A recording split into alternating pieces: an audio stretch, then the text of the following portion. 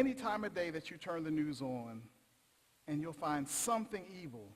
And what's interesting to me about the news is if there's not something evil that's local or in your county or in your state, then the news folks will find something somewhere. So sometimes if you're watching, you don't hear anything about what's going on where you live because they're talking about stories about something halfway across the globe or halfway across the country. They're always looking for something evil. So if there's nothing evil in your neighborhood, they'll have to look further. And so if you ever watch, just notice how many things they talk about that are close by and how many things that are further and further away. And sometimes, you hear about stories that seem irrelevant to us day by day. And sometimes it's so that they can tell us some miraculously evil thing that's going on in the world. It seems like we just cannot escape evil. And even if you're not watching the news, if you just turn on any channel in TV, if you just look at anything in social media, Facebook, Instagram, you always are able to find something evil bombarding us day by day. And the problem is this: the truth of the matter, the threat that is posed to us by evil is pervasive and multifaceted. It comes as threats from outside individuals who are malicious and some who are well-meaning. It comes from systems of injustice that are so deeply embedded in the fabric of our existence that we live unaware of its presence. The difference between systemic evil and individual evil is the scope of the damage. Because systemic evil can adversely impact millions of people over centuries. And sometimes that systemic evil is so connected and woven into the fabric of our reality and our society that it goes unnoticed. We wish that all evil could be something like, we could say, oh, it's a lone wolf story. There's just one person and something was wrong with them. But the reality is, all evil is not just done by lone wolf and random people, but there are systems of evil that confront us day by day. But the good thing about this is the Lord's Prayer kind of talks to that. It speaks to that because it says, lead us not into temptation, but deliver us from evil. And I think it's interesting, it doesn't say deliver me from evil. There's this notion that the only way that you can be delivered from evil individually is if we all are delivered from evil collectively as a community. That the escape from evil doesn't come if I'm free from evil and there's no evil around me, then maybe evil is gone. No. When we're praying, lead us not into temptation, but deliver us from evil, we're talking about all of us, not just locally, not just within our church or our family or our home or our county or our city or our state, but we're talking about around the world. We are asking God to deliver us from this presence of evil that seems to bombard us all around the world. So until we are all delivered from evil, none of us is delivered from evil. What happens because of this evil? We're surrounded, it's pervasive, it's everywhere all the time. And so what seems to happen is we have some kind of a response to this evil. And I call this response that we have to evil, I call them two towers. I call one the invisible tower and the second one the visible tower. And so you're asking me, well, what's the invisible tower of evil? And I'll answer that question since you so kindly asked. When we are so bombarded and surrounded with evil, we kind of create an invisible tower. And by that I mean we appear to be a part of everything that's going on. We're in the room, we're present, but we have this invisible tower to buffer us from the evil. And that invisible tower that we're able to use typically is cynicism. We become cynical about everything. We're cynical about the world. We're cynical about our government. We're cynical about our church. And sometimes we're even cynical about God. We see plots and plans of evil in everything, and skepticism reigns in our perception of the world and people because we're overwhelmed by evil. See, the cynical mindset enables us to not really feel the bombardment of evil because, we don't expect people to be good. We have this skepticism that if they're nice to us, there's something going on underneath that. We don't quite trust that they're being nice to us for real. But there's a second tower that we have. The second tower is this visible tower of evil. And some of us do this also. And some of us switch back and forth. We'll use the invisible tower at times and switch to this visible tower. And this visible tower, I find that we decide that we're not going to have the news on in our house. We're not going to turn the TV on. Anything that could give us negative news, we shut it off. We turn it off, we get rid of it. We don't go on anything on the internet that will allow us to see anything negative. And so we kind of build this tower so that the evil thing in the world, we know it's out there, is distant, it's vague, it's separated from us because we don't allow it to enter into our living space. So we've created a place that we figure is evil-free. We have an evil-free zone because we block out everything else. But the problem with that is an evil-free zone, when you eliminate all the external sources of evil, does not address the internal sources of evil. So even if we're able to keep all the people away from us that we think are negative or evil or can bring us to that evil place, the problem is this. What about the evil in us? There's no tower, there's no wall. There's no way to eliminate that evil, the bad stuff that jumps up from within us. Even if we lived on an island all by ourselves, we still would not be able to escape from evil. So the visible tower doesn't really work. What I like and what I'm excited about is God uses none of these approaches. Did you ever notice? God does not look at evil and say, oh, let me turn my back. I can't see it. I can't look at it. It's too bad. God is able to look in the face of evil. And that does not dissuade him from loving us. That does not dissuade him from being involved in our life. That doesn't keep him away. He is not scared of or closing his eyes to evil. And God doesn't have a cynical approach about us, thankfully.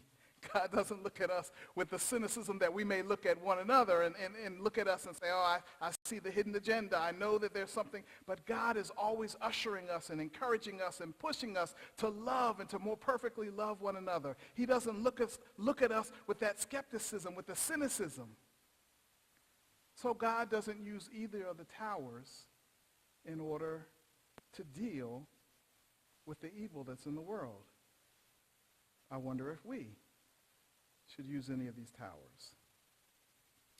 There is a problem also with this invisible tower, that cynicism and skepticism. It hinders us from really experiencing the love of God through others. There are people that may be around you that want to express love to you or that do express love to you.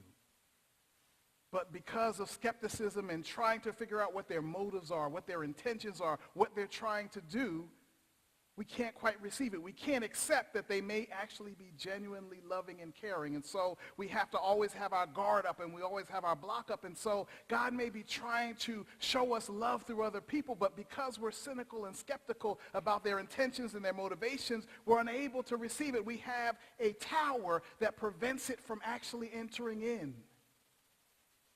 Using the technique of cynicism blocks us from receiving the love of God. We cannot allow the fear of evil that's lurking around the corner, the fear of someone coming to stab us in the back. We can't allow that to block us from receiving the love that God tries to share and show to us. Because God just doesn't love you directly, but God sends people around you that love you. And he wants you to be open enough to receive that love from others, just as he wants you to give that love to others. And so it reminds me of this little story that we think about sometimes. And that story is in the Garden of Eden. And Adam and Eve, and we're all familiar with the story. What's interesting to me, because I'm not going to spend a lot of time on it, but I just wanted to think quickly about this. If you had a table, a huge table, filled with all kinds of food that you liked, every favorite food you had was on this table, it was all there, all you had to do and get it. And then all the way off in the corner on the side, there was one little table with something that you hadn't ever seen before and tasted. So you have all this wonderful food in front of you. We would think, we would hope, that we would be so focused on this wonderful banquet of food in front of us of our favorite things that we would ignore the table that's in the corner off on the side and not look at that. But with Adam and Eve, they had all these food choices, all these trees that they could have picked from and plucked from and eaten from, and yet their attention, their focus was on the one thing that they shouldn't have. And that's us sometimes. We have all these wonderful things that we can be focused on, and yet sometimes we allow what seems to be the pervasiveness and the ubiquity of evil to be the only thing that we see, so much that we're not able to be aware of all this love that's around us. So sometimes we think that we're being overwhelmed by evil, and we're not able to see that the overwhelming thing that's around us is love. So our attention and our focus is on these flashy things of evil that we see. That's what the news does. It points to these flashy things and these, miraculous stories and horrible stories and things to get our attention, but that distracts us from what is normal. You see, it's normal for us as Christians to love. Evil is not actually normal for us. That's not kind of how we roll. That's not how we live. That's not us. We are actually kind of tending toward good. The text in James gives us some insight on how this evil thing happens within us. It says, each one is tempted when he is carried away and enticed by his own lust. So the first thing that happens is we're carried away and enticed by our lust. That's the first step. So then our thoughts, our focus is not on the wonderful good that's around us. It is on this one little thing, the lust. Next, when lust has conceived, it gives birth to sin. So it starts out up here. We're thinking about it and focused on and fixated on this thing that is not good for us. And that gives birth to sin. And then sin, when it is accomplished, brings forth death. The attention, the focus. Adam and Eve, if they had not just focused on that tree that the serpent was pointing out, if their attention would have been like, oh yeah, that's the tree, and then moved on to all these wonderful things. If you're sitting at a table that's filled with food you like, and you just focus on the macaroni and cheese that you like, or the green beans, or if you focus on the ribs or the steak, or if you focus on that and not the thing off in the corner that you're not supposed to eat, then maybe you'll be okay. But we, like them, sometimes focus on the thing that is bad or bad for us, and that leads us into the dark place. The Lord's Prayer text we're reflecting on says, lead us not into temptation, but deliver us from evil. Well, when we talk about leading us into temptation, that word temptation, it has several meanings. So I want to just take a few minutes and I want us to kind of go through the different meanings, and it'll help us understand a little bit more what's going on here. So when we talk about temptation, I think this is a great portrait of temptation. If you put the cat by the goldfish, you know what's going to happen. We know where it's coming from. We know what's going to happen. And this is what temptation is like for us in some ways. Because the cat that's up there, it can't take his eyes off the goldfish. And we know how it is. If you have an animal, a dog, or whatever, I know with my dog, if anybody has food anywhere in the house, the first place she's there is wherever the person is. It doesn't matter if they're upstairs, they're in the basement, it doesn't matter. She will be right there where the food is. And she won't bark or growl. She'll just sit patiently with those eyes, hoping and hoping and hoping that she'll get something. She can't help it. She's just so tempted by the smell of any food. And even if it's food we can't smell, she smells it, and she's ready there for it. And that's the way it is, that everything doesn't tempt us. The things that tempt you may not be tempting to me. We cannot be tempted to do something that we don't like. It's not temptation. For example, an easy example. If you don't like steak, you won't be tempted to eat it. You can have mounds of steak in front of you, cooked and smelling wonderful. But if you don't like steak, it's no temptation to you. So it's not difficult for you to resist something that you don't have an inclination toward. So what temptation does, it plays on our inclinations. It plays on our desires. But here's the thing about temptation. Temptation happens when the small little desire becomes the focus rather than the majority of our desire. And what do I mean by that? Well, the Bible says in Philippians chapter 2 that it is God who works in you both to will and to work for his good pleasure. When we are born again, we become a new creation, created into Christ Jesus towards good works. We're a new creation. So our inclination, our proclivity is actually to do good. Part of what the whole dying with Christ and rising with Christ, part of what that symbolism is trying to get us to understand is that what we actually desire, what we want, our new nature is to do good things. It's actually not normal for Christians to do bad. It's normal for us to do good. We have a desire and inclination. The Holy Spirit is working within us to incline us to do what's good and what's right. That's what's working. It's trying to get us to do good. So we have a natural motivation, a natural push. There's something within us that's naturally encouraging us to do good and discouraging us from doing bad. We have this inclination toward good. It is normal for us to do good, and if we could see goodness as something that is a norm that we want to do as opposed to something that's isolated, we would understand this temptation thing, because temptation is when this little piece of you that is in disagreement with your character, is in disagreement with the way you think about the world, the way you think of what's right and wrong. It's that little piece, that little inclination that has this big old voice, and instead of listening to all the other things that are going around, this little minority begins to control the majority of us.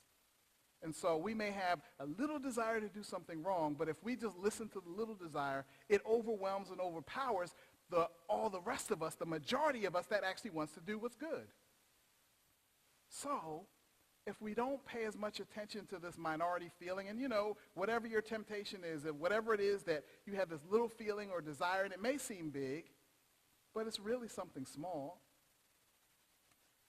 It's really something small. I think we don't get it, that sometimes the things that tempt us, the desires that seem so huge, are really something very small. It's really tiny. It's just the more attention you give to it, if your focus is on that little voice that's encouraging you to do what's wrong, then we'll tend to do it. But if we do what Paul says, and whatsoever thing is good and pure and holy, if we think on these things, then we won't be spending the focus and attention on the thing that is tempting us, and we can overcome temptation. But there's another definition, another word that can be used. The Greek word is parasmos, and it can be translated temptation, and there's another translation that it can be, and that is test. Simply test. And if you think about things not as a temptation but a test, we put it in a different perspective. When we talk about temptation, that is when we set you up to do something wrong. If I'm tempting you, I'm taking this something that I know you're weak in, and I'm trying to push you to do what's wrong. But a test is something totally different. A test is designed for us to be able to evaluate where we are. That's what a test is. A test lets us know, okay, this is my strength and this is my weakness. So you take a test, and that tells you you've learned something, you haven't learned something, how much you've learned, how much more you need to learn. A test is a great evaluative tool. I know we don't like tests. Some of us had tests last week, some of us had tests last month, and some of us, it's been something to years ago since we've had a test. But we've all had tests, and you know that feeling, the pit in your stomach you get before the test comes. Even if you've studied, you've prepared, you're ready for the test, but you still have this little nervousness about, I don't know if I'm going to remember the stuff. I studied it, it's there in my head somewhere, but I don't know if it's going to come out at the right moment. So we have this little bit of anxiety about a test. But it's just a test. So why are we anxious about a test? Because if it's temptation, we can be anxious about it. I understand, if this is my weakness and you're pushing on a weakness, That's something for me to be concerned about because, I know I can slip and stumble if that's my weakness. But if it's just a test, that's different. That means I could do well. I could excel. I might really know the material. I might really know what's going on, and I might therefore do exceptionally well. It's just a test. But I think what happens is we don't think of a test just as a test, because tests have become for us something more than just an evaluation tool. Tests for us are things of judgment, right? If you've ever, I know no one here has done this, but if you've ever had a test and you didn't do well and didn't get the A you were expecting, or the B or C or D, or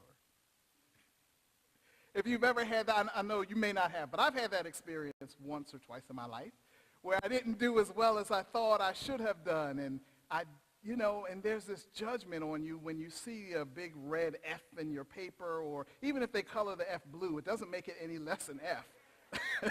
An F is an F no matter how you color it, but sometimes they try, I guess, to take the sting off and it's not bright red or whatever. But, and so we feel judgment. We feel that gives meaning to us. We're not as good as. We're not acceptable. We failed. We haven't done, we're not what we think we are. We're not what we say we are. And we think that people look at us differently because we got an F and not an A. And so there's this judgment that's connected with test. And so some of our stress about a test isn't so much the test itself as much as it is the meaning of the test. What is the outcome? What is the test going to say about me? Because if the test wasn't going to say anything about me, then there's no stress. It's a test. It's a way for me to see how much I've grown or how much I haven't grown so I can grow some more. So if I look at a test as an evaluation tool as opposed to a place of stress and judgment, then that changes the way that I relate to a test. That takes the stress off the test, and it's just a test. There's no stress if it's just a test. So I think what happens is the third meaning of this word that we translate as temptation and test is trial. And I think sometimes we mistake a test for a trial. So we say it's a test, but for us it's a trial because trial has everything to do with judgment. You're guilty or not guilty. This really is a judgment. You're going to jail or you're going free. It's kind of life or death. So if we're looking at a test like it's actually a trial, then it is a lot more stigma to it. If you're convicted, that changes your relationship. And so there's this fear we have about being on trial. What are people going to say about me if I fail this, or if I don't do well, or if I'm not successful? What are people going to think about me? How is that going to affect the way that I live on a day-to-day basis? And so we mistake sometimes the testings that we experience for trials that are judgment upon us. And so we feel stress and we face concerns and difficulties because it's not a test, it's a trial for us. And so we're worried about this trial because the trial is going to tell us whether we get a reward or whether we're punished. Trial is when the verdict gets given. At the end of the trial, we're going to know guilty, not guilty.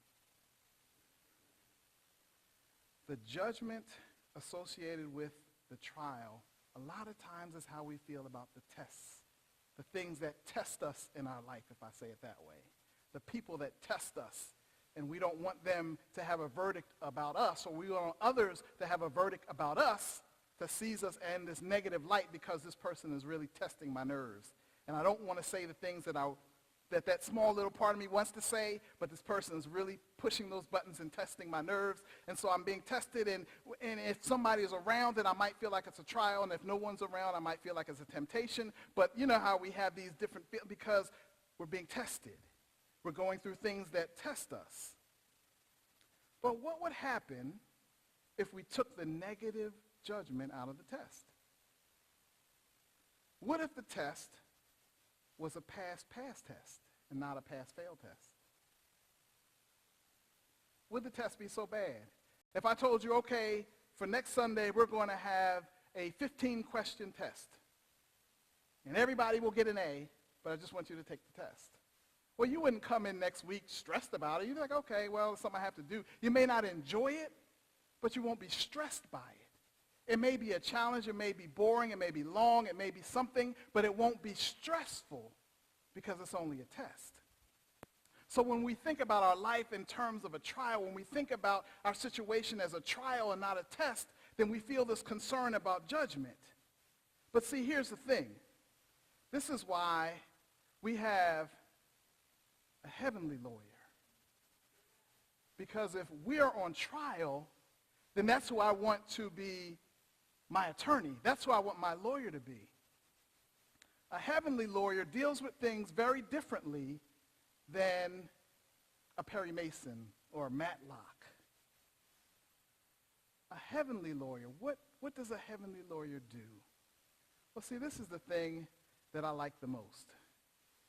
It says, lead us not into the trial, but deliver us from evil. The heavenly lawyer is the deliverer. 2,000 years ago. Now, we're here in 2015, so I know I've done some things wrong in my life, so I'll use myself as an example. I have done things that are wrong, and if somebody were to try to take me to court for sins committed, then I would have to plead guilty. I mean, I've done those wrong things. But I have this heavenly attorney. And so here's what my heavenly attorney did for me, and I think he's done it for you, and if you haven't let him yet, he will do it for you. See, my heavenly attorney 2,000 years ago decided that he would go on trial for me in advance to what was going to happen so that when he went on trial, my case would be cleared. And so when Perry Mason solved the case, he had to go through trial, and you would hear his wonderful arguments, and he'd win. And Matlock, the same thing, great defense strategy. But my heavenly lawyer is a lot better because I didn't even have to go to trial. Did you know before there was a case, before there was an indictment handed down, before there was anybody to say anything, before the case reached the docket or the docket reached the judge, my heavenly lawyer already solved the case for me. My heavenly lawyer was able to pay the price, go on trial, deliver me from everything 2,000 years ago, so that now if I were to go before the court, they would say, well, we don't have any charges against you. There's no charges. There's no case. The heavenly attorney, the heavenly lawyer is able to win the case before there's a case. We have this deliverance. We have this deliverance from evil that already happened so that the trial that you thought you were going to have has already been handled. You don't have to worry about the trial. The thing that you thought was a trial is really not a trial because the trial's already been handled. The trial was settled 2,000 years ago. What does that mean? That means that the thing you're going through today is not a trial, it's just a test. If the trial's been handled, the judgment has been handed down, the verdict is you're innocent. That's what the verdict is, you're clean, you're righteous.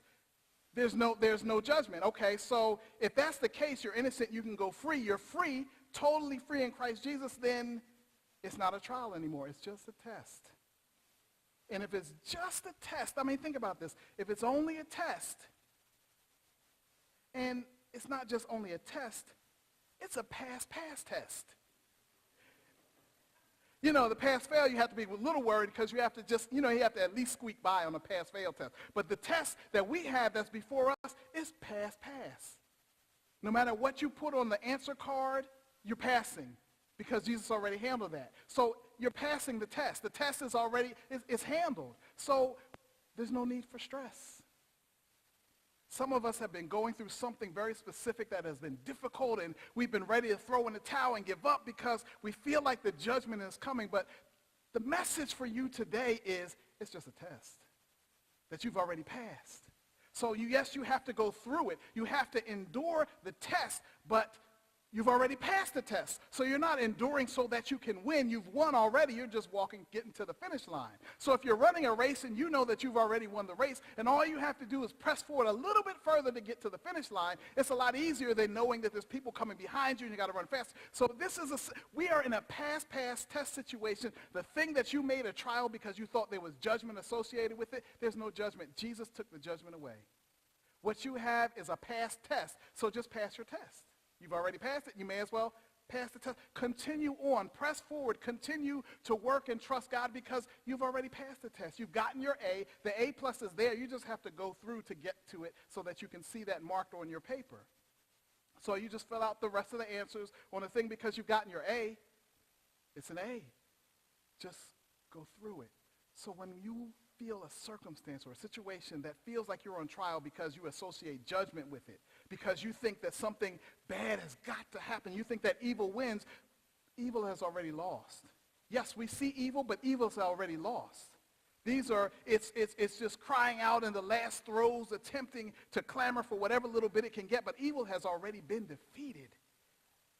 So we're victorious already. You're a winner. You've already won. You won the race. You've accomplished the test. You just have to endure to the end. That's why it says the race is not given to the swift nor the strong, but to the one that endures to the end. Why? Because you won the race. You just have to get to the end of the race. So if you're feeling like something is overwhelming to you, that some situation, some person, is trying you to the last end and you're on trial and you've won it. All you have to do is endure to the end. Amen.